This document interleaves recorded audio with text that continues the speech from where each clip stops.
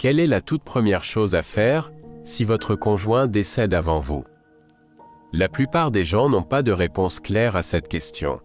Et lorsque ce moment arrive, ils se retrouvent submergés par le chagrin, la confusion et une avalanche de décisions qu'ils n'auraient jamais imaginé devoir prendre seuls. La vérité, c'est que peu importe la force de votre relation ou les années que vous avez partagées ensemble, la perte d'un conjoint bouleverse tout. Elle ébranle votre monde, laisse un silence pesant derrière elle et vous confronte à des tâches alors que vous n'avez même plus la force de sortir du lit. Mais cette vidéo ne va pas parler de démarches administratives ou de discours à prononcer aux obsèques. Elle va parler de vous, de ce que vous devez faire pour vous-même, émotionnellement et concrètement, pour tenir bon face aux premières vagues du deuil. Nous allons voir ensemble 6 étapes essentielles qui vous aideront à garder un minimum de stabilité dans l'un des moments les plus difficiles de votre vie. Ce ne sont pas des conseils froids ou distants, mais des repères issus de l'expérience, de la compassion et d'une profonde compréhension. Le deuil ne suit aucun mode d'emploi. Ces 6 choses, des personnes comme vous les ont appliquées. Et même si elles ne font pas disparaître la douleur, elles peuvent vous aider à retrouver un peu de solidité quand tout semble s'effondrer. Si votre conjoint décède en premier, et j'espère sincèrement que ce jour est encore très loin, il est important que vous sachiez quoi faire, non seulement pour survivre, mais aussi un jour, pour réapprendre à vivre. Restez bien jusqu'à la fin car le 6e point est celui que la plupart des gens oublient, alors qu'il peut changer le cours de toute une vie après la perte. Numéro 1. Ressentir avant de vouloir réparer. Quand votre conjoint disparaît, le monde ne devient pas seulement silencieux, il devient sourd. Les habitudes partagées, les conversations quotidiennes, même le simple bruit de ses pas dans la pièce d'à côté, tout disparaît d'un coup. Mais ce silence n'est pas qu'extérieur. Il s'installe en vous, profond, lourd, creux. Dans les premiers jours, il y a une grande tentation, rester occupé. Gérer les papiers, passer des coups de fil, organiser les obsèques, ranger, nettoyer, faire tout ce qu'il faut pour éviter de ressentir pleinement ce qui vous arrive. Mais voici la vérité, avant de faire quoi que ce soit d'autre, vous devez vous autoriser à ressentir. Cela ne veut pas dire s'effondrer. Cela veut dire vous donner la permission de pleurer, sans culpabilité, sans calendrier, sans pression extérieure. Il n'y a pas de bonne façon de faire son deuil. Il n'y a pas de date limite où les larmes doivent s'arrêter. Ce qui compte dans ces premiers jours, c'est de ne pas enfouir vos émotions si profondément qu'elles finissent par devenir dures, figées, douloureuses. Un chagrin qu'on évite ne disparaît pas. Il attend. Et quand il revient, il le fait avec plus de confusion, plus de douleur, parfois sous forme de colère, de fatigue ou même de maladie. Certaines personnes pensent que montrer ses émotions est une faiblesse, surtout après une perte. Elles disent des phrases comme « Je dois être fort pour les enfants ». Il n'aurait pas voulu que je pleure. Mais être fort, ce n'est pas se taire. Ce n'est pas cacher sa tristesse pour ne pas déranger les autres. La véritable force, c'est accepter le vide, reconnaître la profondeur de votre amour, et le trou immense qu'il laisse derrière lui. Prenons l'exemple d'Evelyne, 81 ans, qui a perdu son mari après 52 ans de vie commune. La première semaine, elle s'est plongée dans les tâches, faire les courses, vider les placards, nettoyer la maison, et elle répétait à tout le monde qu'elle allait bien. Mais chaque soir, elle s'asseyait en silence devant son fauteuil vide. Pas parce qu'il lui manquait, mais parce qu'elle faisait semblant qu'il ne lui manquait pas. Et le jour où elle s'est autorisée à pleurer, à vraiment pleurer, quelque chose a changé. Pas parce que la douleur était partie, mais parce qu'elle avait enfin le droit d'exister. Vous n'êtes pas brisé parce que vous avez mal. Vous n'êtes pas faible parce que vous n'arrivez pas à passer une journée sans pleurer. Le deuil, ce n'est pas quelque chose qu'on règle. C'est quelque chose qu'on porte. Et si vous ne lui laissez pas de place, il finira par se manifester ailleurs, dans la colère, dans la fatigue, dans le corps. Alors, la première chose à faire quand on perd l'amour de sa vie, c'est de faire une pause. De s'asseoir dans ce vide, aussi douloureux soit-il, de pleurer, de parler de lui ou d'elle, de dire à voix haute que rien n'a de sens pour l'instant. Vous n'avez pas besoin d'un plan. Vous n'avez pas besoin de faire bonne figure. Vous avez seulement besoin de ressentir, parce que c'est là que commence la guérison. et la guérison commence toujours par l'honnêteté. Numéro 2. L'importance de tendre la main sans attendre. Dans les heures et les jours qui suivent la perte de votre conjoint, le sentiment d'isolement peut s'installer bien plus vite que vous ne l'imaginez. Au début, les gens appellent, déposent des repas, envoient des fleurs, et puis, soudainement, la maison devient silencieuse. On ne frappe plus à la porte. Le téléphone ne sonne presque plus. Et si vous n'y prenez pas garde, ce silence peut vite se transformer en séparation. C'est pourquoi l'une des choses les plus importantes à faire, très tôt, est celle-ci, tendre la main, avant que la solitude ne prenne trop de place. Vous n'avez pas besoin de dire quelque chose de profond. Vous n'avez pas à expliquer ce que vous ressentez. Mais vous devez laisser les autres savoir que vous êtes là, et que vous avez besoin d'eux. Cela ne signifie pas devoir tout raconter, ni accueillir des invités quand vous n'en avez pas la force. Cela veut simplement dire ne pas attendre que les autres fassent le premier pas. Même ceux qui vous aiment profondément peuvent hésiter, par peur d'être maladroits ou de vous déranger. Alors, en envoyant un message, en décrochant un appel ou en répondant simplement à une visite, vous commencez à vous protéger contre une solitude insidieuse, celle qui ne fait pas que vous attrister, mais qui finit par affecter votre santé physique et mentale. L'isolement social est l'un des pires ennemis du deuil. Il perturbe le sommeil, fait monter la tension, affaiblit le système immunitaire, trouble la mémoire, et il agit doucement, sans faire de bruit. Prenons l'exemple de Jacques, 77 ans, dont la femme est décédée après une longue maladie. Au début, ses amis l'appelaient tous les jours, mais il laissait souvent son téléphone sonner. Il ne voulait pas parler. Il ne voulait pas répéter l'histoire, ni faire semblant d'aller bien. Et peu à peu, les appels se sont arrêtés. Jusqu'au jour où un voisin a frappé à sa porte. Ce jour-là, Jacques a réalisé qu'il était en train de sombrer sans même s'en rendre compte. Il s'est alors fait une promesse, un appel par jour, une vraie conversation. Et ce petit geste s'est transformé en bouée de sauvetage. Le chagrin vous fait croire que vous êtes seul. Mais le lien humain vous rappelle que vous ne l'êtes pas. Vous n'êtes pas obligé de parler du décès si vous ne vous en sentez pas prêt. Vous pouvez parler d'un souvenir, du temps qu'il fait, ou d'une histoire drôle. Ce qui compte, c'est la présence, le fait de savoir que quelqu'un est là, au bout du fil, ou de l'autre côté de la table. Et si vous n'avez pas de famille proche, ou si vous craignez de déranger, sachez que de nombreuses associations proposent des groupes de soutien, des centres pour seniors, ou même des bénévoles prêts à venir discuter, vous écouter, ou simplement vous tenir compagnie. Tendre la main, ce n'est pas un aveu de faiblesse. C'est une décision courageuse, celle de ne pas porter ce chagrin tout seul. Les premiers jours du deuil sont fragiles, pas seulement sur le plan émotionnel, mais aussi physique. Votre cœur est vulnérable. Votre esprit est confus. Votre corps est sous tension. S'entourer, même à petite dose, agit comme un échafaudage émotionnel. Il vous soutient le temps que vous retrouviez votre équilibre. Alors, si vous regardez encore cette vidéo et que vous trouvez ces conseils utiles, laissez un commentaire avec le mot numéro 2 pour me le faire savoir. Et si ce n'est pas encore fait, je vous invite à vous abonner et à activer la cloche. Cela nous aide à continuer de créer du contenu utile pour vous accompagner, vous informer et vous réconforter. Numéro 3. L'urgence d'organiser les documents essentiels. Quand on perd son conjoint, on a l'impression que le monde devrait s'arrêter. Mais en réalité, le monde continue de tourner. Les factures arrivent. Des courriers administratifs sont envoyés. Des comptes sont bloqués.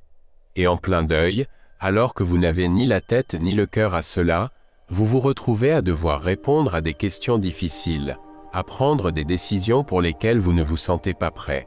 C'est pour cela que, aussi doucement et clairement que possible, vous devez retrouver et organiser tous les documents importants liés à la vie de votre conjoint. Ce n'est pas un manque de cœur. C'est une nécessité.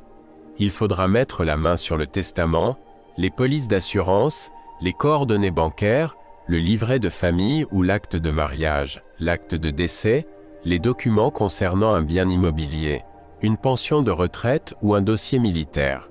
Et souvent, tout cela, il faut le faire alors que votre esprit est embrumé et que votre cœur est brisé. Beaucoup de gens, submergés par la douleur, repoussent cette étape. D'autres, au contraire, se précipitent sans vraiment savoir ce qu'ils font. Dans les deux cas, cela peut entraîner des erreurs qui rendent les semaines suivantes encore plus lourdes que nécessaire. Certains se disent qu'ils feront cela quand ils iront mieux. Mais malheureusement, les délais administratifs ne tiennent pas compte du deuil. L'assurance vie doit souvent être réclamée dans un certain délai. Les caisses de retraite ou la sécurité sociale doivent être informées rapidement. Et certains comptes doivent être transférés, fermés ou protégés. Si vous attendez trop ou que vous oubliez un détail, cela peut vous coûter cher. Prenons l'exemple de Henri, 79 ans, qui a perdu sa femme subitement. C'était elle qui gérait tous les papiers.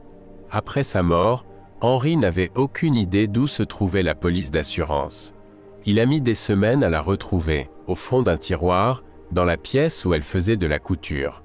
Entre-temps, il avait déjà payé plusieurs frais avec ses économies, sans savoir que cette assurance pouvait l'aider. Ce n'était pas un oubli, juste un problème de timing. Et dans le deuil, la clarté devient rare. Si vous vous sentez dépassé, n'essayez pas de tout faire seul. Demandez à quelqu'un de confiance de vous accompagner. Un proche, un enfant, un ami, ou même un conseiller professionnel. Quelqu'un qui peut vous aider à avancer doucement, point par point, sans précipitation. Prenez un classeur, une boîte, regroupez tout au même endroit. Faites des copies des documents importants. Notez les numéros de compte, les mots de passe, les contacts utiles. Demandez-vous, si demain je ne pouvais plus tout faire moi-même, est-ce que quelqu'un saurait s'y retrouver? Car le deuil n'est pas seulement émotionnel, il est aussi administratif. Et cette partie-là surprend beaucoup de gens. Vous pouvez avoir l'impression que ce moment est trop froid, trop impersonnel. Mais organiser les choses, ce n'est pas tourner la page. C'est honorer la vie de votre conjoint. C'est protéger ce qu'il ou elle a construit. Et c'est surtout éviter que vous ne vous retrouviez seul à porter un poids trop lourd. Vous n'avez pas à tout faire en une journée. Mais il est important de commencer. Parce qu'une fois que c'est en ordre, beaucoup de personnes ressentent un petit soulagement. Un brin de clarté dans un monde devenu flou. Numéro 4. La discipline de protéger votre santé. Le deuil ne touche pas que le cœur. Il bouleverse tout le corps. Dans les jours et les semaines qui suivent la perte de votre conjoint, vous pouvez avoir l'impression que prendre soin de vous n'a plus aucun sens. Les repas sont sautés. Le sommeil devient agité. Même des gestes simples comme se brosser les dents ou sortir marcher peuvent sembler vides et inutiles. Et pourtant, c'est justement dans ces moments-là que votre santé a le plus besoin de vous.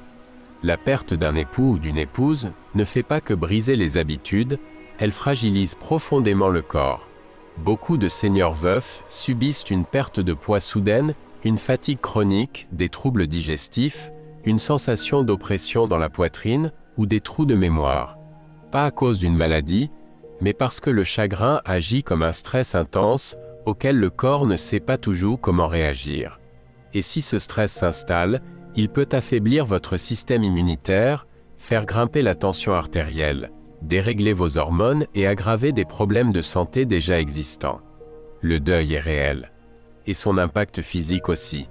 Mais attention, vous n'avez pas besoin d'un programme parfait. Vous n'avez pas besoin de courir un marathon, ni de transformer tout votre mode de vie. Vous avez simplement besoin d'offrir à votre corps les soins de base, même si cela vous semble vide au début. Mangez quelque chose de nourrissant à heures régulières, même si ce sont de petites quantités. Bougez un peu, même juste une promenade lente autour du pâté de maison, ou quelques étirements dans le salon. Allez vous coucher à une heure raisonnable, même si vous ne vous endormez pas tout de suite. Ces gestes simples ne sont pas de simples conseils santé. Ce sont des actes de survie. Prenons l'exemple de Marguerite, 84 ans, veuve après 60 ans de mariage. Les premières semaines, elle était tellement dépassée qu'elle a oublié de prendre ses médicaments contre l'hypertension. Elle sautait ses repas, buvait peu. Un jour, elle s'est évanouie au supermarché. Ce n'était pas une urgence médicale, c'était le deuil, non accompagné, qui s'exprimait à travers son corps. Sa fille l'a aidé à créer une petite routine écrite. Cocher chaque repas pris, chaque verre d'eau, chaque médicament avalé, chaque appel reçu. Petit à petit, Ses forces sont revenues. Et avec elles, sa clarté d'esprit.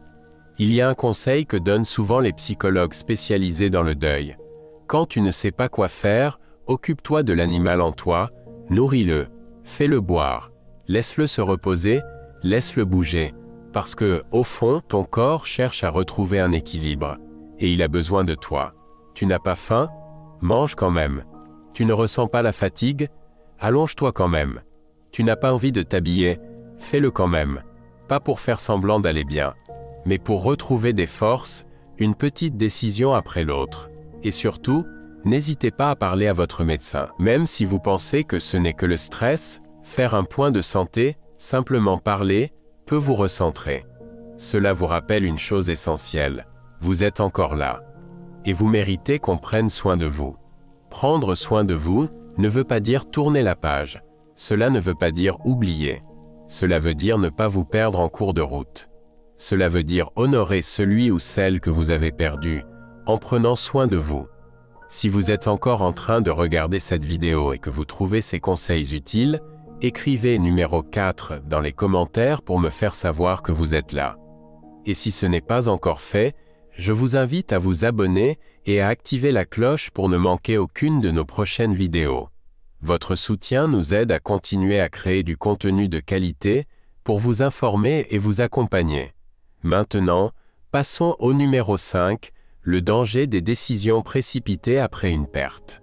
Après le décès d'un conjoint, on ressent souvent un besoin urgent de tout changer.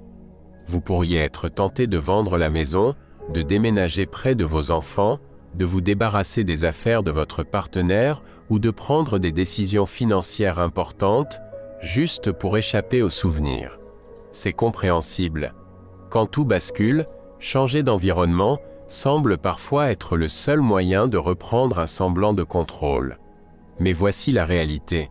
La plupart des grandes décisions prises dans les premières semaines de deuil sont des décisions que l'on regrette ensuite. Cela ne veut pas dire que vous ne devrez pas faire de changements plus tard. Peut-être que ce sera le cas, mais aujourd'hui, votre esprit est encore plongé dans le chagrin, l'épuisement et le besoin de retrouver une stabilité que ces changements ne peuvent pas vraiment offrir. Ce qui vous semble être une solution aujourd'hui pourrait devenir une nouvelle source de douleur dans quelques mois. Quand on perd la personne qu'on aime, la dernière chose dont on a besoin, c'est de rajouter d'autres pertes. Prenons l'exemple de Georges, 76 ans. Il a perdu sa femme brutalement, après un AVC.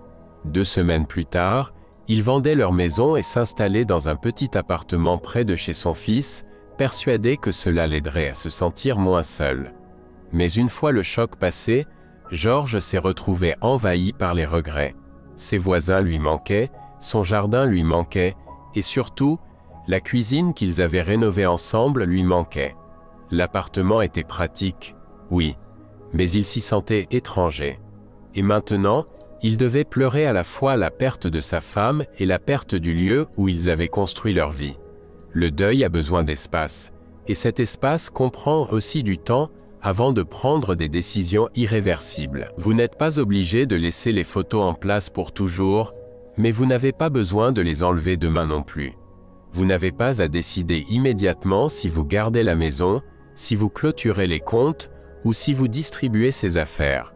Autorisez-vous à attendre. Et si vos proches vous pressent de tourner la page ou de ranger tout ça, dites-leur simplement que vous avez besoin de temps. Ce n'est pas un refus d'avancer, c'est une façon de laisser vos émotions rattraper la réalité. Prendre des décisions trop vite peut soulager sur le moment, mais laissera souvent des traces émotionnelles qu'il vous faudra ensuite des années à comprendre et à soigner. C'est particulièrement vrai pour les décisions financières. Signer des papiers, vendre des biens ou modifier des investissements doit se faire avec prudence. Si possible, faites-vous accompagner par quelqu'un de confiance, extérieur à l'émotion. Un proche, un conseiller financier, un notaire ou même un ami expérimenté. Un regard neutre peut vous éviter de prendre une décision sous le coup de la panique ou de la confusion. Ce que vous traversez est immense et prendre son temps n'est pas un signe de faiblesse. C'est une preuve de sagesse. L'objectif n'est pas d'éviter les décisions pour toujours, mais de les prendre avec lucidité et non dans la réaction. Et cette clarté, elle vient avec le repos, le soutien et un peu de patience. Vous avez déjà vécu un changement bouleversant. N'en ajoutez pas d'autres dans la précipitation. Laissez-vous le droit de respirer. Quand vous serez prêt, vous le saurez. Vous vous sentirez un peu plus ancré, un peu plus clair, un peu plus capable d'avancer sans effacer ce qui a compté. Numéro 6. Le travail silencieux de reconstruction de votre identité. Lorsque votre conjoint disparaît, ce n'est pas seulement son absence que vous pleurez. C'est aussi la version de vous-même qui existait à ses côtés. Vous faisiez partie d'une équipe, d'un rythme partagé, d'un partenariat avec ses habitudes, ses repères, son propre langage. Peut-être que vous étiez Jean et Marie, ou simplement nous. Mais désormais, il n'y a plus de nous. Et ce changement va bien au-delà d'un simple mot. Il touche le cœur même de votre identité. Au début, ce n'est pas forcément évident. Vous êtes absorbé par les démarches, les papiers, les visites, la survie du quotidien. Mais peu à peu, une question commence à résonner dans le silence. Qui suis-je maintenant? Et la vérité, c'est que très peu de gens sont préparés à y répondre. Pendant des années, votre vie s'est peut-être construite autour de routines communes. Les repas, les décisions, les projets, même les petites blagues que vous seuls compreniez. Sans cette présence à vos côtés, votre rôle se transforme. Vous n'êtes plus le partenaire, l'époux ou l'épouse, du moins, pas dans la forme que vous connaissiez. Ce n'est pas que l'amour disparaît, il ne disparaît jamais, mais le cadre dans lequel il vivait a changé à jamais. C'est une étape du deuil dont on parle rarement, mais qui est l'une des plus profondes et importantes. C'est celle où l'on commence à reconstruire, lentement, calmement, une nouvelle version de soi. Pas pour remplacer ce qui a été perdu, mais pour continuer à avancer, différemment. C'est le moment de vous poser ces questions, doucement.